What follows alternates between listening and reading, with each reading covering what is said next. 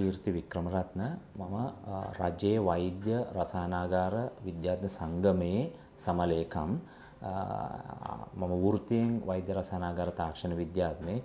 ඇත්තටම අපි ගත්තාම මේ ගොඩක් වෙලාවට අද ලෝකේ මේ නොයෙකුත් රෝග තත්ත්වයන් නිසා ඒ රෝග තත්ත්වයන් හඳුනා ගැනීම සඳහා අවශ්‍ය වූ නොයෙකුත් පරීක්ෂණ තියෙනවා. ඒවා විශේෂයෙන් රුධිර පරීක්ෂණ, මුත්‍රා වලින් බලන මුත්‍රා පරීක්ෂණ, ඒ වගේම අපේ මේ ශරීරයෙන් තියෙන වෙනත් නොයෙකුත් තරල, දැන් උදාහරණයක් විදිහට ගත්තම අපේ කොඳු යට පෙළ ඇතුලේ තියෙන මස්තිෂ්ක තරලය, ඒකෙන් පවා අපිට සමහර රෝග හඳුනා ගන්න පුළුවන්. ඒ වගේම සමහර පුද්ගලයන්ගේ අපි ගත්තාම දැන් පිරිමි පුද්ගලයන්ගේ ඒගොල්ලන්ගේ සඵලතාවයන් බලන ශුක්‍රාණු වලින් ඒකත් පරීක්ෂණ වලට කරනවා. ඒ වගේම අපේ මේ කෙල වලින් කේටයෙන් කරන පරීක්ෂණ තියෙනවා. ඊළඟට අපේ පටක කොටස් අරගෙන නොයෙකුත් දැන් පිළිකාමයේ තත්ත්වයන් සහ ඒ වගේ දේවල් වලදී කරන නොයෙකුත් පරීක්ෂණ අති විශාල සංඛ්‍යාවක් තියෙනවා.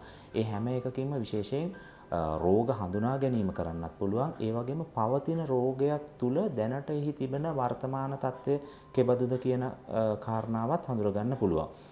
ඒ අතරින් විශේෂයෙන් දැන් රුධිර පරීක්ෂණ ගැන තමයි අද අපි මේ කතා බහ කරන්නේ. දැන් රුධිර පරීක්ෂණ ගත්තාම ඒකෙත් ඉතා විශාල සංඛ්‍යාවක් රුධිර පරීක්ෂණ තියෙනවා.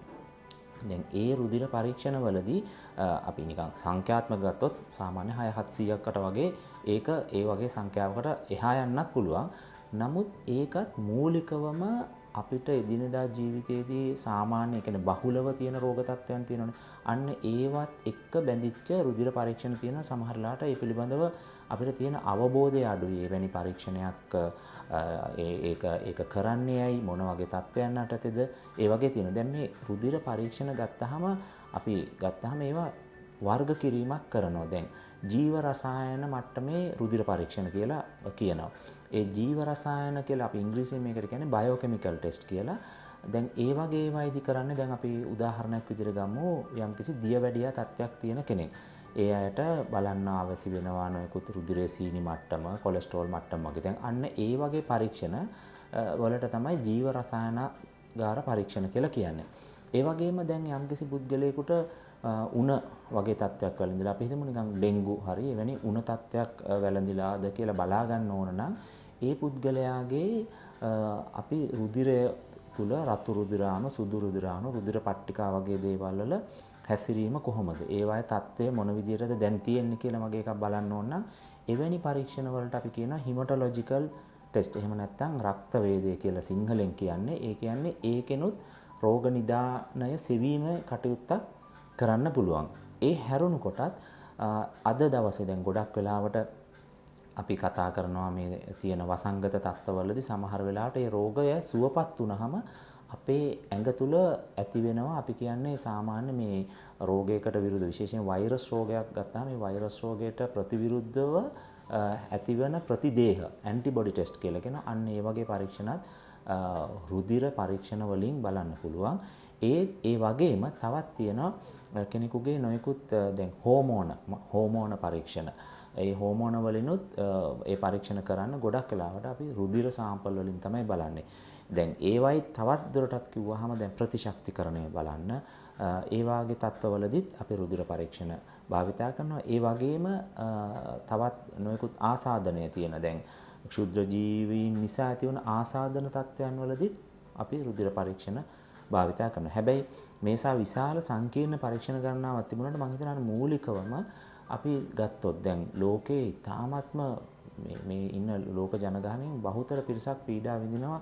ඇත්තටම මේ අපි කියන ඩයබටික් එහෙම නැත්නම් දියවැඩියා තත්ත්වයන් වලදී. එතකොට දැන් යම් පුද්ගලයෙකුට දියවැඩියා තත්ත්වයක් ඇති වෙන බවට යම්කිසි අපි හිතමු වෛද්‍යවරයෙක් විසින් නිර්දේශ කරලා එවැනි පරීක්ෂණ ගත්තාම මූලිකව කරන පරීක්ෂණ කීපයක් තියෙනවා. එකක් තමයි අපි සාමාන්‍ය ඉංග්‍රීසියෙන් කියන ෆාස්ටිං බ්ලඩ් ෂුගර් එහෙම නැත්නම් निराहाරව සිට රුධිරයේ සීනි මට්ටම බැලීම කියන පරීක්ෂණය. ඕකට අපි තවත් කියනවා FBS කියලා කියන්නේ ෆාස්ටිං බ්ලඩ් ෂුගර් කියලා. ඒකෙදි කරන්නේ निराहाරව ඉඳලා අපි රුධිරයේ සීනි මට්ටම බලන. දැන් निराहाරව ඉන්න කාලය කොයිතරම්ද කියන එක ගැන ගැටලුවක් තියෙනවා. සාමාන්‍ය ලෝක සෞඛ්‍ය සංවිධානයේ නිර්මිතයන් අනුව පැය 8ක සිට පැය 12 ඒ වගේ කාල සීමාව තමයි වඩාත්ම යෝග්‍ය. හැබැයි සාමාන්‍යයෙන් පැය 10ත් 12ත් අතර කාලය තමයි රුධිරයේ සීනි මට්ටම निराहाරව ඉඳලා බලන එකේදී වඩාම සුදුසු. හරිම ගාන ගත්තොත් පැය 12. මම අර කිව්වේ කාල වෙනස් වෙන්නේ ඒක සමහර කෙනෙකුට දැන් ඇත්තම රෝගියෙක් නම් සමහරලාට निराहाරව පැය 12ක් අඛණ්ඩව ඉඳීම ගැටලුදායක වෙන්න පුළුවන්, අපහසු වෙන්න පුළුවන්. ඒ වගේම හදිසි ශල්‍ය කර්මයකට යන කෙනෙකුට ඒක අපහසු වෙන්න පුළුවන්. අන්න ඒ තත්ත්වයන් වලදී අර අඩු පැය ගාණක් ඇතුළතදී ඒක කරන්න පුළුවන්. නමුත් ප්‍රශස්ත අගය තියෙන්නේ සාමාන්‍ය පැය 12. ඒ වගේම දැන් ගොඩක් වෙලාට වෛද්‍යවරයෙක් එවැනි සීනි මට්ටම් බලන පරීක්ෂණ ඉල්ලනකොට එයාගේ ඇඟේ මේ අපි මේද තත්ත්වයන්, ඒ කියන්නේ කොලෙස්ටරෝල් පරීක්ෂණයත් ලියනවා. ඒකට සාමාන්‍ය අපි ඉංග්‍රීසියෙන් කියනවා ලිපිඩ් ප්‍රොෆයිල්. ඒ කියන්නේ සම්පූර්ණ කොලෙස්ටරෝල් වාර්තාවක්. ඒකේ කොලෙස්ටරෝල් වර්ග කීපයක් ගැන හිතකර කොලෙස්ටරෝල්, අහිතකර කොලෙස්ටරෝල් වැනි බොහෝ දේවල් ඒ වාර්තාව ඇතුළත තියෙනවා. ඒතර ඔන්න ඔය වගේ ඔය දෙකම එකට ඉල්ලුවොත් බොහෝ වෙලාවට ඒ පුද්ගලයා ඇත්තටම ඉස්සෙල්ලා පරීක්ෂණය කරන්න ඉස්සෙල්ලා දැනුම්වත් වීම ඉතාම වැදගත්. කොහොමද මේ පරීක්ෂණයට ලෑස්ති වෙන්නේ කියලා. පළවෙනි දේ තමයි ඒ පුද්ගලයා निराहारව සිටිය යුතුයි ආසන්නව පැය 12. ඒ කාලය තුළත දැන් අපිට මේ ජලය පානය කරන්න පුළුවන්ද කියලා. දැන් මේ පිළිබඳවත් ගැටලුවක් තියෙනවා. ගොඩක් වෙලාවට දැන් අපි සාමාන්‍ය රෝහලකට ගියාම කියන වතුරවත් බොන්න එපා කියලා කියනවා. මොකද එහෙම කියන්නේ සමහර වෙලාවට ඒ පුද්ගලයාට එහෙම නොකිය හිටියොත් උදේ ඒ निराहारව ඉඳලා එනකොට ඇහුවාම කියන මං උදේ කහට එකක් බීලා ආවේ කියලා. ඉතින් ඒක ගැටලුවක්. කහට එක සීනි අඩංගු නම් ඒක රුධිරයේ සීනි මට්ටම වෙනස් කරනවා. සාමාන්‍ය ජලය පානය කිරීම ගැටලුවක් නැහැ. හැබැයි ඒක කියන්නේ අධික ලෙස ජලය පානය කරන්න නෙමෙයි. අර දිගින් දිගටම निराहारව ඉඳීම තුළ පොඩ්ඩක් Tamanට ශාරීරික ඇතිවන අපහසුතාවය නිසා යම් වතුර ප්‍රමාණයක් බීම ගැටලුවක් නැහැ. හැබැයි එකෙන් කියන්නේ උදේ කහට එකක් බීලා එන්න කියලා. ඒකෙන් කියන්නේ අර අපහසුතාවය මගහැරවා ගන්න ජලය පානය කරන්න පුළුවන්. ඒතර ආසන්නව පැය 12ක් වගේ කාලයක් තමයි එයා ඒක निराहारව සිටිය යුතුයි. මෙතන තවත් වැදගත් කාරණාවක් තියෙනවා. දැන් යම් පුද්ගලයෙක් උදෑසන මේ පරීක්ෂණ වලට එනවා නම් ඒ පුද්ගලයා උදෑසන සාමාන්‍ය අපි හිතමු 7 ඉඳලා 9:00 වෙනකම් වගේ කාලය සුදුසුයි. මම මේක කියන්නේ එක හේතුවක් ඇතුව. දැන් අපි හිතමු මේ පුද්ගලයා පැය 12 निराहारව ඉන්නේ රාත්‍රී 11 ඉඳලා උදේ 11 වෙනකන් නම් එතන පොඩි ගැටලුවක් තියෙනවා. මොකද ඊ타ත්ම යෝග්‍ය වෙන්නේ මේ පුද්ගලයා විවේකීව ඉඳීම. ඒ කියන්නේ නිදා ගන්න ඉරියව්වේ සහ වැඩි ශරීරය වෙහෙසවන්නේ නැති මට්ටමින් ඉඳි. මොකද ශරීරය වෙහෙසනකොට අපේ එක්තරා කැලරි ප්‍රමාණයක් වැය වෙනවා. ඒ කියන්නේ එක්තරා ශක්තියක් වැය වෙනවා. ඒ නිසා අපි හිතමු දැන් කොලෙස්ටරෝල් වගේ පරීක්ෂණයේදී එම ශක්තිය වැය වීම තුළ අර කොලෙස්ටරෝල් ප්‍රමාණය සත්‍යම කොලෙස්ටරෝල් ප්‍රමාණයට වඩා පොඩ්ඩක් ඒ අගේ වෙනස් වීමක් වෙන්න පුළුවන්. මොකද අපි ශරීරය වෙහෙසනවා. ඒ නිසා අපි ගත්තොත් රාත්‍රී 8 ඉඳලා උදේ 8 කියන්නේ ගොඩක් වෙලාවට ඒ පුද්ගලයා නිදාගෙන ඉන්න පුළුවන්, විවේකීව ඉන්න පුළුවන් සහ එතකොට මේ පරීක්ෂණයට පහසුවෙන් එන්න පුළුවන්. නමුත් උදෑසන 10 මාර පැනලා ඒක කරනවා නම් මොකද එකක් නිදිමැරීමත් ඇත්තටම හොඳ නැහැ. ඒ වගේම දැන් විශේෂයෙන් අපි හිතමු අර කියන රුධිරයේ සීනි මට්ටමත් එක්ක කොලෙස්ටරෝල් බලනවා නම් ඊට පෙර දිනේදී ගොඩක් ව්‍යායාම වගේ දේවල් කරලා එහෙම ඉන්න එක සුදුසු නෑ. මොකද ව්‍යායාම කිරීම තුළදී අපි අපේ ඇඟේ දහනය කරන එක්තරා කොලෙස්ටරෝල් ප්‍රමාණයන් ඒ නිසා සත්‍ය කොලෙස්ටරෝල් ප්‍රමාණය ඒ තුළ අන්තර්ගත වෙන්නේ නෑ. ඒ නිසා විශේෂයෙන් මේ දේවල් මතක තියාගන්න ඕනේ. ඒ වගේම තමන් ඇත්තටම හඳුනාගත්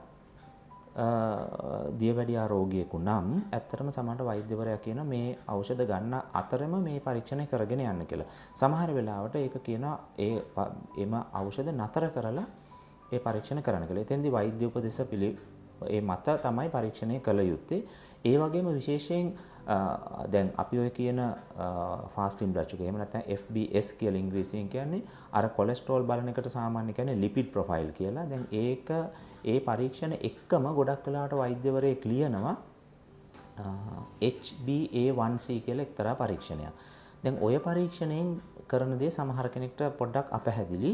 ඇතර HbA1c කියලා කියන්නේ අපේ රුධිරයේ සීනි මට්ටම ආසන්නව පහුගිය මාස 3ක් හෝ 4ක් ඇතුළත කාලයේ සාමාන්‍යයෙන් බලන්න පුළුවන් පරීක්ෂණයක්. ඒක ඉතාම වැදගත් පරීක්ෂණයක්. දැන් රුධිරයේ පැය 12ක් निराहारව ඉඳලා අපි රුධිරයේ සීනි මට්ටම බැලීමේදී ඒ ආසන්න දිනය ඇතුළත රුධිරයේ සීනි මට්ටම ගැන කියන්න පුළුවන්. නමුත් HbA1c කියන පරීක්ෂණය තුලදී ඉතා පැහැදිලිවම ආසන්නව අර මං කිව්වා වගේ දින 90ක් දින 120ක් වගේ කාලයක් ඇතුළත මම කොහොමද මගේ සීනි මට්ටම තියාගෙන හිටියේ කියලා අගේ කියන්න පුළුවන්. ඒක වැදගත් වෙන්නේ මොකද එතනදී බලන්නේ අපේ තියෙන මේ රතු රුධිරාණුවක් ඇතුළත තියෙන සීනි මට්ටම තමයි ඒකෙදි බලන්නේ. සාමාන්‍ය රතු රුධිරාණුවක් අපේ මේ රුධිරය තුළ එයාගේ ආයු කාලය දින 120ක් විතර වෙනවා. දින 90ත් 120ක් වගේ කාලයක්. ඒ කියන්නේ පහුගිය මාස 3ක් වගේ ඇතුළත එයා ප්‍රශස්ත අගයක රුධිරයේ සීනි මට්ටම තියාගත්තද කියලා එකෙන් කියන්න පුළුවන්. දැන් ওই සමහර වයසක පුද්ගලයෝ ඉන්නවා ඒගොල්ලෝ පරීක්ෂණයට ඉස්සෙල්ලා දවසේ අර සීනි මට්ටම අඩුයි කියලා පෙන්වන්න සමහරලාට නොයෙකුත් දේවල් අරගෙන ඇවිල්ලා පරීක්ෂණේ සාමාන්‍ය විදියට පේනවා. හැබැයි HbA1c පරීක්ෂණය කරලා බැලුවාම තේරෙනවා නෑ ඒ වුණාට එයා පහුගිය කාලේ පුරාවට මේක එහෙම හොඳ අගයක තියාගෙන නෑ කියලා. ඉතින් අර ඒ පරීක්ෂණත් ගොඩක් වැදගත් වෙනවා. ඒ වගේම ඒ අවස්ථාවේදීම ගොඩක් වෙලාවට වකුගඩුව සම්බන්ධයෙන්ුත් මූලික පරීක්ෂණයක් රුධිරයෙන් කරන්න පුළුවන්. ඒකට අපි ඉංග්‍රීසියෙන් කියනවා ක්‍රියටිනින් කියලා පරීක්ෂණයක් තියෙනවා. සීරම් ක්‍රියටිනින් කියලා. එහෙම නැත්නම් SC කියලා ඒක වෛද්‍යවරයෙක් ලියන්නේ ගොඩක් වෙලාවට. ඒකෙන් කරන්නේත් මේ අපේ වකුගඩුවේ තත්ත්වය කොහොමද දැන් ප්‍රශස්ත විදියට ඒක හොඳින් පාලනය වෙනවද හොඳින් තියනවද කියන කාරණාව බලනවා. මොකද විශේෂයෙන් දැන් දියවැඩියා තත්ත්වය, කොලෙස්ටරෝල් වගේ තත්ත්වයන් සහ අපි වයස්ගත තත්ත්වයන් වලදී ගොඩක් වෙලාට සාමාන්‍යයෙන් මේ පරීක්ෂණ කරනකොට මේ වගේ නිරාහාර රුධිරයේ සීනි මට්ටම, ඊළඟට කොලෙස්ටරෝල් මට්ටම, ඊළඟට වකුගඩු වල තත්ත්වය, ඒ වගේම සමහරලාට අපේ අක්මාවේ තියෙන එන්සයිම් කීපයකුත් සමහර වෙලාවට බලනවා. ඒ අනුව යම් අක්මාවට යම් කිසි විදියකට පොඩි හානිදායක මට්ටමක් වෙලා තියෙනවද, දීර්ඝ කාලීනව ඖෂධ ලබා ගැනීමේදී යම් කිසි හානිදායක තත්ත්වයක් වෙලා තියෙනවද වගේ කාරණා එකෙන් බලන්න පුළුවන්. ඉතින් මම කියන්නේ විශේෂයෙන් සැලකිල්ලක් දක්වන්න ඕන මේ කියන නිරාහාර රුධිර සීනි මට්ටම වගේ පරීක්ෂණ, කොලෙස්ටරෝල් මට්ටම වගේ බලනකොට අපි ඒකට කොහොමද සැරසිලා ඉන්නේ, කොයි වගේ කාල පරාසරයක් ඇතුළත ඒක ගන්න ඕනද කියලා. ඒ හැරුණුකොට දැන් රුධිර පරීක්ෂණ වල අර මම දැන් මේ වගේ පරීක්ෂණ අයිති වෙන්නේ ඇත්තට අර මම මුලින් කියපු ජීව රසායන පරීක්ෂණ වලට. ඒ වගේම අපි හිතමු දැන් පොඩි දරුවෙක්ට උණ හැදුනහම ගොඩක් වෙලාවට වෛද්‍යවරයෙක් කියනවා ගිහිල්ලා ෆුල් බ්ලඩ් කවුන්ට් එකක් බලා ගන්න කියලා. මේ ෆුල් බ්ලඩ් කවුන්ට් එකක් කියලා කියන්නේ ඒක අපි සාමාන්‍යයෙන් කියන්නේ සම්පූර්ණ රුධිර වාර්තාව. ඒකෙදි ඇත්තටම කරන්නේ අපේ මේ රුධිරය මූලිකවම කොටස් තුනක් තියෙනවා. රතු රුධිරාණු, සුදු රුධිරාණු සහ රුධිර පට්ටිකා කියලා. දැන් රතු රුධිරාණුවකින් තමයි ගොඩක් ළමයි අපේ ඇඟේ ලේ රතු පාට තියෙන මේ මූලික රතු රුධිරාණුවක් හින්දා. ඒ රතු රුධිරාණු ඊටාම වැදගත් කාර්යභාරයක් කරනවා. විශේෂයෙන් අපේ ඇඟේ ඔක්සිජන් පරිවහනය කරන්නේ රතු රුධිරාණුවකින්. දැන් සමහර අය ඉන්නවනේ අර රක්ත හීනතාවය කියන්නේ එයාගොල්ලෝ සුදු මැලි වගේ වෙලා ඉන්නේ. ඒගොල්ලන්ගේ ඒ රුධිරාණු වල ඒ රතු රුධිරාණු ප්‍රමාණය අඩුයි. සමහරවිට ඒ රතු රුධිරාණු ඇතුළේ තියෙන හිමොග්ලෝබින් ප්‍රමාණය අඩුයි. එතකොට ඒගොල්ලෝ සුදු මැලි. ඒ රතු රුධිරාණුවක මූලික කාර්යභාරය තමයි අපේ ශරීරයේ ඔක්සිජන් පරිවහනය කරන එක. හොඳින් හුස්ම ගන්න පුළුවන් වෙන්නේ ඒ හරහා. දැන් කෙනෙක් සුදු මැලි වෙනකොට ඒගොල්ලන්ට හුස්ම ගන්න අමාරුයි. ඇඟ අප්‍රාණිකයි. ඉතින් දැන් මෙන්න මේ සම්පූර්ණ රුධිර වාර්තාව ඉතා වැදගත් වාර්තාවක්. දැන් එන්නේ වගේ අපේ ඇඟේ ඒ රුධිර මට්ටම රතු රුධිරාණු අඩුද, හිමොග්ලෝබින් අඩුද, ඒ වගේ දේවල් කියන්නත් පුළුවන්. ඊළඟට සුදු රුධිරාණු ගත්තාම සුදු රුධිරාණුත් සාමාන්‍ය වර්ග කීපයක් තියෙනවා. ඒ කියන්නේ ඒක ගත්තාම විද්‍යාත්මක නාමයන් තියෙන නියුට්‍රොෆීල, ඒ කියන්නේ ලිම්ෆොසයිට්, එහෙම නැත්නම් වසා සෛල, ඊළඟට යසනොෆීල, ඔය ආදි වශයෙන් සෛල වර්ග මූලික පහක් තියෙනවා. වැදගත් වෙන්නේ එක එක රෝගවලදී ඒ සුදු රුධිරාණු අඩුවීම් වැඩිවීම් වෙනස් වෙනවා. දැන් අපි හිතමු ඩෙන්ගු රෝගයක් තියෙන වෙලාවදී අර වසා සෛල වල වැඩිවීමක් දකින්න ලැබෙනවා. අන්න එතකොට වෛද්‍යවරයෙක් දන්නවා දැන් මෙයාට වෛරස් රෝගයක් තමයි මේ ඇත්තේ කියලා. ඒ වගේම අපි හිතමු යම්කිසි බැක්ටීරියා ආසාදනයක් තියෙනවා නම් අර නියුට්‍රොෆීල කියන ඒ සෛල වැඩි වෙලා තියෙනවා. මම මේක ඉතාම සරලව නිකන් තවත් විග්‍රහ කරොත් අපි හිතන්න අපේ රට ආරක්ෂා කරනවා යුද්ධ හමුදාවෙන්, නාවික හමුදාවෙන්, ගුවන් හමුදාවෙන්. දැන් යුද්ධ හමුදාවේ කාර්යභාරය එකක්, ගුවන් හමුදාවේ කාර්යභාරය එකක්. ඒගොල්ලන්ට වෙන වෙන කාර්යභාරයන් තියෙනවා. ඒ කියන්නේ ගොඩ බිමෙන් ආවොත් යුද හමුදාව, මුහුදෙන් ආවොත් නාවික හමුදාව, අහසින් ආවොත් ගුවන් හමුදාව තමයි ඒගොල්ලන්ට ප්‍රතිප්‍රහාර එල්ල කරන්නේ. එන්නේ ඒ වගේම ක්‍රියාවලියක් තමයි අපේ ශරීරය ඇතුලේ වෙන්නේ. සුදු රුධිරාණු වලදී නියුට්‍රොෆීල කියන එක සටන් කරන බැක්ටීරියාවක් එක්ක. එයා ඒකෙදි විශේෂත්වතාවයක් තියෙනවා. එයාත් එක්ක පුළුවන් පොර බදලා ඒක විනාශ කරන්න. වසා සෛල එහෙම නැත්නම් ලිම්ෆොසයිට් එකකට පුළුවන් වෛරසයක් ඇඟට ඇතුළත් වුණොත් එයා එක්ක පොරබදින්න. ඒකෙන් එයාව මර්ධනය කරන්න පුළුවන්. පරපෝෂිතයෙක් ඇතුළු වුණොත් යසනොෆීලයක් තමයි ක්‍රියාත්මක වෙන්නේ. ඒ කියන්නේ මේක ඉතාමත්ම හරිම මේ බොහොම අසිරිමත් කාරණා මේ ශරීරය ඇතුළේ වෙනවා. එතකොට අපි මොකද කරන්නේ? මේ රුධිර පරීක්ෂණයේදී අපි බලනවා දැන් මේ වැඩි වෙලා තියෙන්නේ කවුද? හරි දැන් අපේ රටේ පාබල හමුදා යුද හමුදාව මොකක් හරි වැඩිපුර ඒ සටන් වදිනකොට අපි දන්නවා මේක තියෙන ගොඩබිම සටනක් කියලා. ඒ වගේ අන්න ඒකෙන් මේ රුධිර පරීක්ෂණයෙන් හඳුනා ගන්න පුළුවන් දැන් මේ ශරීරය ඇතුළේ වෙන්නේ මෙන්න මෙහෙම වැඩක්. නෑ මේ බැක්ටීරියා ආසාදනයක්. ඒකට ප්‍රතිජීවක ඖෂධයක් වෛද්‍යවරයෙක්ට එතකොට දෙන එක හරි එයා ඒක තීරණය කරනවා. වෛරස් රෝගයක් නම් ඩෙන්ගු නම් අන්න එතකොට මොකද්ද කරන්නේ? ඒ වගේම ඒක ඉතාමත්ම වැදගත් අවස්ථාවක්. දැන් ඒ වගේම ඊළඟට තියෙනවා රුධිර පට්ටිකා. රුධිර පට්ටිකා කියන එක වැදගත්. ඔබ දන්නවා ඔබේ යම් කිසි විදිහකට ශරීරයේ කොහේ හරි කැපුමක් ආවොත් රුධිර වහනය වෙනවා. ඒක නතර කරන්නේ රුධිර පට්ටිකා වලින්. දැන් ඩෙන්ගු වගේ අසාධන වලදී විශේෂයෙන් රුධිර පට්ටිකා අඩු වෙනවා. එතකොට මේක බැලීම ඉතා වැදගත් වෙනවා. ඉතින් මේ සම්පූර්ණ රුධිර වාර්තාවකින් පුද්ගලයෙකුගේ බොහෝ කරුණු කාරණා ආසාදනයන් සම්බන්ධයෙන් බොහෝ කරුණු කාරණා වලට නිගමනයන් වලට එළඹෙන්න පුළුවන්. ඒ නිසා දැන් එතනදී වැදගත් කාරණාවක් තමයි දැන් අර අපි මුලින් කියපු fasting blood sugar වගේ පරීක්ෂණවලදී ඒවයි සාමාන්‍ය මේ निराहारව ඉඳලා තමයි පරීක්ෂණයට යන්න ඕන. සම්පූර්ණ රුධිර වාර්තාවකට කිසිසේත්ම निराहारව ඉඳලා යෑම අවශ්‍යතාවයක් නැහැ. ඕනෑම මොහොතක වෛද්‍යවරයා ලියූ සැනින් ඒ පරීක්ෂණය අදාළ රසායනාගාරයකට ගිහලා කර ගැනීම කළ යුතුයි. ඒක කර ගැනීමට හැකියාවක් තිබෙනවා. හැබැයි සමහර වෙලාවට දැන් සාමාන්‍ය මාසිකව පරීක්ෂණ කරනකොට අපි හිතමු එයා දන්නා රෝගියෙකු නම් ඒකටත් ෆුල් බ්ලඩ් කවුන්ට් එකක් ලිව්වහම ඉතින් ඒක වෙනම ගිහිල්ලා කරගන්න ඕනේ නැහැ. ඒකත් එක්කම කරන්න පුළුවන්. තව මම විශේෂයෙන් කියන්න ඕන අර අපි දන්නා දියවැඩියා රෝගියෙකු නම් හෝ විශේෂයෙන් ගර්භණී සමයේදී මට අර මුලින් ඒ කියපු එකටම මම තවත් එකතුවක් විදියට කියන්නේ දැන් ගර්භණී සමයේදී සමහර අයට එනවා යම්කිසි මේ රුධිරයේ සීනි මට්ටම් වගේ තත්ත්වයන් එනවා. ඒකට අපි ඉංග්‍රීසියෙන් කියනවා ඒ කියන්නේ විශේෂයෙන් දැන් මේ ප්‍රෙග්නන්ට් කාලේ එන තත්ත්වයක් එහෙම නැත්නම් ගර්භණී දියවැඩියා තත්ත්වය කියන එක තමයි එතෙන්දී හඳුන්වන්නේ. ඒ වගේ අයට කියනවා මේ විශේෂයෙන් අර ග්ලූකෝස් ශරීරයේ බර අණුව ග්‍රෑම් 75ක් හෝ ග්‍රෑම් 100ක් වගේ ප්‍රමාණයක් අරගෙන පැයකට පසුව රුධිර සාම්පලයක් දෙන්න, පැය 2කට පැය 3කට වගේ අපි එහෙමත් පරීක්ෂණයක් කරනවා. ඒකට අපි ඉංග්‍රීසියෙන් කියන ග්ලූකෝස් ටොලරන්ස් ටෙස්ට් කියලා. ඒ කියන්නේ ඇත්තටම බලන්නේ එයාගේ ඒ තරම් සීනි ප්‍රමාණයක් දරා ගැනීමේ හැකියාව කොහොමද ගර්භණී සමයේදී. මොකද සමහර කෙනෙකුට ගර්භණී සමයේදී පමණක් දියවැඩිය තත්ත්වයෙන් ඇවිල්ලා ඒක ඊට පස්සෙව මගහැරිලා යනවා. ඒ වගේම තවත් අවස්ථාවලදී අර මං කිව්වා වගේ මේ මොකද දීර්ඝ කාලයක් निराहारව ඉන්න බැරි නම් යම්කිසි කෙනෙකුට මේ කාලා ඒ කියන්නේ අපි උදෑසන කෑමෙන් හෝ දවල් කෑමෙන් තමයි විශේෂයෙන් දවල් කෑම තමයි ඒකට යෝග්‍ය වෙන්නේ. දවල් දිවාහාරයෙන් පැය 2කට පසුව රුධිරයේ සීනි මට්ටම බලන්න පුළුවන්. එතකොට ඒක අනුවත් වෛද්‍යවරයෙක්ට සාමාන්‍ය අදහසක් ගන්න පුළුවන්. ඉතින් ඔය කියන පරීක්ෂණ වලදී දැන් අර මම තවත් එක්තරා එකක් කිව්වා අර අක්මාව සම්බන්ධයෙන් කරන පරීක්ෂණ කීපයක් තියෙනවා. ඒකට අපි කියන්නේ එන්සයිම පරීක්ෂණ. විශේෂයෙන් ඒ කියන්නේ විද්‍යාත්මකව ගත්තොත් අපි SGOT, SGPT කියලා විවිධ නම් වලින් හඳුන්වන්නේ මේ එන්සයිම. ඒ එන්සයිම වැඩි වෙනවා නොයෙකුත් රෝගාබාධම. විශේෂයෙන් අපි හිතමු මේ මෑතක අපට වෛරස් රෝගයක් හැදුනා නම් ඒ වෛරස් රෝගය නිසා සමහර වෙලාවට අපේ ඇඟේ අක්මාවේ එන්සයිම ප්‍රමාණය වැඩි වෙන්න පුළුවන්. මේක බැලීම ඉතාම වැදගත්. මොකද සමහර වෙලාවට ඒ අනුව වෛද්‍යවරයෙක් තීරණය කරනවා මේ පුද්ගලයාට දෙන ඖෂධ මොන වගේද දිය යුත්තේ. එහෙම නැත්නම් අර තෙල් කෑම අඩු කරන ඒ වගේ නොයෙකුත් උපදෙස් දෙන්න ඒ පරීක්ෂණ වාර්තා අනුව තමයි ඒක තීරණය කරන්නේ.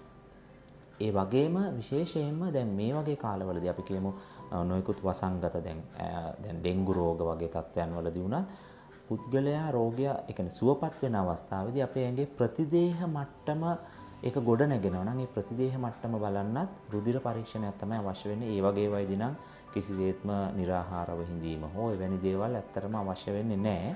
ඉතින් මූලික පරීක්ෂණ ගත්තාම අර මං කියපු මේවට අමතරව තවත් තියෙනවා හෝමෝන සම්බන්ධයෙන් හෝමෝන පරීක්ෂණ. දැන් අපි ගත්තාම ගොඩක් ඔබ අහලා ඇති මේ බෙල්ල ඉස්සරහට නෙලාගෙන මේ ගලගණ්ඩය වගේ අන්න එවැනි තත්ත්වයන් වලදී හෝමෝන, ඒ කියන්නේ තයිරොයිඩ් ග්‍රන්ථියේ හෝමෝන හැදෑරීමක් කරනවා. මම ඒක විද්‍යාත්මක නාමයන් කියන්න ගියොත් මම හිතන්නේ ඒක මේ යම්කිසි පැටලි සහගත තත්ත්වයක් නිසා දැන් ඔය T3, T4, TSH කියලා වෛද්‍යවරයෙක් ලියනවා. සමහරවිට TSH කියලා ලියනවා. ඒ කියන්නේ thyroid stimulating hormone කියලා. ඒ කියන්නේ මේක thyroid ග්‍රන්ථිය ආශ්‍රිතව හෝමෝන වගේම thyroid ග්‍රන්ථියේ හෝමෝන නිපදවන්න එක්තරා අනදෙන ග්‍රන්ථියක් තියෙනවා pituitary ග්‍රන්ථිය කියලා. ඒ pituitary ග්‍රන්ථියෙන් නිකුත් කරන හෝමෝනයක් වැදගත් වෙනවා. දැන් මෙන්න මේ වගේ හෝමෝන ආශ්‍රිතව කරන පරීක්ෂණ තියෙනවා. හැබැයි ඒවට විශේෂයෙන් එවැනි පරීක්ෂණ ඉතාමත්ම මිලාදිකයි. එවැනි පරීක්ෂණ කරනවා නම් Tamanට එවැනි නිර්දේශයක් දීලා තියෙනවා වහාම ඇත්තට ඒ රසායනාගාරයට ගිහිල්ලා ඒක කරන්න ඒක උපදෙස් ලබා ගන්න. මොකද ඒක ඉතා වැදගත් වෙනවා. මොකද සමහර වෙලාවට ඒ රුධිර පරීක්ෂණ ගත්ත සැනින් තමයි ගොඩක් වෙලාවට ඒක යම් කිසි විදිහකට ඒ පරීක්ෂණය කිරීමට භාජනය කරන්නේ. මොකද ඒ කාල වේලා ඉක්ම ගිහිල්ලා ඒක කරන්න බැරි ගැටලුවක් තියෙනවා. තව විශේෂයෙන් සමහර අය මේ මං හිතන්නේ දැනුවත් වෙන්න කැමති ඇති. ඒ කියන්නේ දැන් මේ රුධිර සාම්පල ගන්නකොට අර එක එක ටියුබ් වර්ග වලට ගන්නවා. ඒකේ සමහර එකක මූඩිය තියෙනවා කොළ පාට, සමහර එක රතු පාට, සමහර එක තියෙනවා දම් පාට, සමහර කහ පාට ඔය ආදි වශයෙන් තියෙනවා. මෙතනදී මේක හරිම මේ ඊටාම සරලව කියනවා නම් ඔබේ රුධිරය එළියට ගත්තට පස්සේ රුධිරේ කැටි ගැහෙන්න පුළුවන්. දැන් රුධිරේ කැටි ගැහිලා කරන පරීක්ෂණ වෙනම තියෙනවා. රුධිරේ කැටි නොගැසී තියාගෙන කරන්න ඕන ඇවැසි පරීක්ෂණ වෙනම තියෙනවා. දැන් අර මං කියපු ලිපිඩ් ප්‍රොෆයිල් කියලා කියපු ඒ කියන්නේ අපේ ඇඟේ කොලෙස්ටරෝල් මට්ටම් බලන වගේ එකකදී රුධිරය අරගෙන ඒ රුධිරේ කැටි ගැහෙන්න තියලා තමයි අපි මේ පරීක්ෂණය කළ යුත්තේ. හැබැයි ඔබට අවශ්‍ය වෙන්නේ සම්පූර්ණ රුධිර වාර්තාවක්. එහෙම නැත්නම් ෆුල් බ්ලඩ් කවුන්ට් එකක් නම් ඒක කැටි ගැහෙන්න තියෙන්න බෑ. එය අපේ ශරීරයේ තුල රුධිරය තිබුණ විදිහටම කැටි නොගැසී තිබියදී තමයි පරීක්ෂණය කරන්න ඕන. මොකද ඒක එවැනි අන්දමින් පවත්වාගෙන යන්න සුවිශේෂී වූ ටියුබයක් තියෙනවා. ඒ ටියුබයට තමයි ඒගොල්ලෝ සාම්පලය ගන්න. ඔබ දකින්න ඇත් සමහරට ඒක පොඩ්ඩක් හොලවනවා. එහෙම නැත්නම් ඒක අර මික්ස්චර් එක දානවා. ඒක ඒ අදාළ රසායන ද්‍රව්‍යات එක්ක ඒක මුසු වෙලා ඒක කැටි නොගැසී පවත්වා ගන්න. දැන් රුධිරයේ සීනි මට්ටම් බලන එකේදීත් ගොඩක් වෙලාවට ඒක කැටි නොගැසී තියෙවි. ඒ නිසා ඒ විවිධ වර්ණ ආශ්‍රිතව බලන ඒවායි වලදී ගන්නේ ඒ අදාළ පරීක්ෂණයට වඩා සුදුසු විදියට තමයි ඒක ගන්න. ඊළඟට ඇත්තට මේවා ඊටාම ඉක්මනින් පරීක්ෂණාගාරයට යවනවා. සමහරලාට ඒවයි ඒ සෛල වෙන් කරනවා. ඊළඟට ඒක සමහරලාට ශීතකරණයක් ගබඩා කරලා තියෙනවා පරීක්ෂණය කරන්න පොඩ්ඩක් හරි ප්‍රමාද වෙනවා. එවැනි කාරණා සිද්ධ වෙනවා. විශේෂයෙන් මම කියන්නේ Taman දැනුවත් වෙන්න ඕන. ඒ රුධිර පරීක්ෂණයට යනකොට විශේෂයෙන් අර निराहारව සිටීමේදී ගන්න ඕන සීනි මට්ටම, කොලෙස්ටරෝල් මට්ටම වගේ පරීක්ෂණවලදී අර අපි මුලින් කියපු කරුණු කාරණා ගැන විශේෂයෙන් ජලය පානය කරන එක, ඒ කියන්නේ අර ඇයි අපි උපදෙස් දෙන්නේ එහෙම කරන්න කියලා රෝහල් වලදී. මොකද එහෙම කිව්වොත් උදේ කහට එකක් බීලා වගේ කියන එක ගැටලු සහගත වෙන නිසා ඒ හැරෙනකොට අර එවැනි එකදී තමන් පහසුවෙන් ඉඳගෙන විශේෂයෙන් වැඩ නිදි මරන්නේ නැතුව දිවා කාලය, ඒ කියන්නේ අපි රාත්‍රී කාලයේදී ඒ කාලය වැඩි කරගෙන පරීක්ෂණයට උදෑසන එන එක, උදෑසනින් ඒක දෙන එක, ඒ වගේ දේවල්. ඒ වගේම හැම වෙලාවෙදීම මතක තියාගන්න ඕන ඇත්තටම ලංකාවේ දැන් සාමාන්‍ය සෞඛ්‍ය අමාත්‍යාංශයේ යටතේ තියෙනවා විශේෂයෙන් ඉතා විශාල රෝහල් පද්ධතියක්. ශික්ෂණ රෝහල්, මහ රෝහල්, මූලික රෝහල්, දිස්ත්‍රික් රෝහල් ආදී රජයෙන් නියාමනය වෙන රෝහල් තියෙනවා. ඒ වගේම පෞද්ගලික රෝහල් තියෙනවා. එතකොට මේ හැම විශේෂයෙන් රජයේ රෝහල් ඇතුළත ගත්තාම මේ රසායනාගාර පද්ධතිය ඇතුළතදී විශේෂයෙන් ඒක උඩ ඉඳලා පල්ලෙහාටම ඒවා විශේෂඥ වෛද්‍යවරයාගේ ඉඳලා නියාමනය වෙනවා. විශේෂයෙන් ඒවයි වෛද්‍ය රසායනාගාර තාක්ෂණ විද්‍යාඥයන් රජයේ රෝහල් වල වෛද්‍ය සභාවේ ලියාපදිංචි සහිත වෛද්‍ය රසායනාගාර තාක්ෂණ විද්‍යාඥයන් වැඩ කරනවා. මොකද ඒකේ ඒවයි තත්ත්ව පාලනයන් කරනවා. දැන් මේ කාරණාවේදී මම යම්කිසි එකතුවක් කරන්න ලංකාවේ විශේෂයෙන් රජයේ රෝහල් වල තුල සිදුවන මේ පරීක්ෂණ වාර්තාවල වල තත්ත්ව පාලනය කරන මූලිකම තැන තියෙන්නේ ඇත්තටම බොරැල්ල වෛද්‍ය පර්යේෂණ ආයතනයේ. ඒක නිහඬව කරන සේවාවක්. විශේෂයෙන් ඒවායේ අර මං කියන ජීව රසායන පරීක්ෂණ, රක්ත වේද පරීක්ෂණ, මේ සියලු දේවල් වල තත්ත්ව පාලනය මුළු ලංකාවේම තත්ත්ව පාලන කටයුතු කරන්නේ ඒවායේ වෛද්‍ය පර්යේෂණ ආයතනය තුල. ඒ වගේම මම මේ පැහැදිලි කරපු පරීක්ෂණ බොහොමයක් ඒවා ඇත්තටම අපි සාමාන්‍ය ගන්නේ එක්තරා අර හෝමෝන පරීක්ෂණ හැරුණකොට අනිත් ඒවා ගොඩක් රසායනාගාරවල කරන්න පුළුවන් පරීක්ෂණ.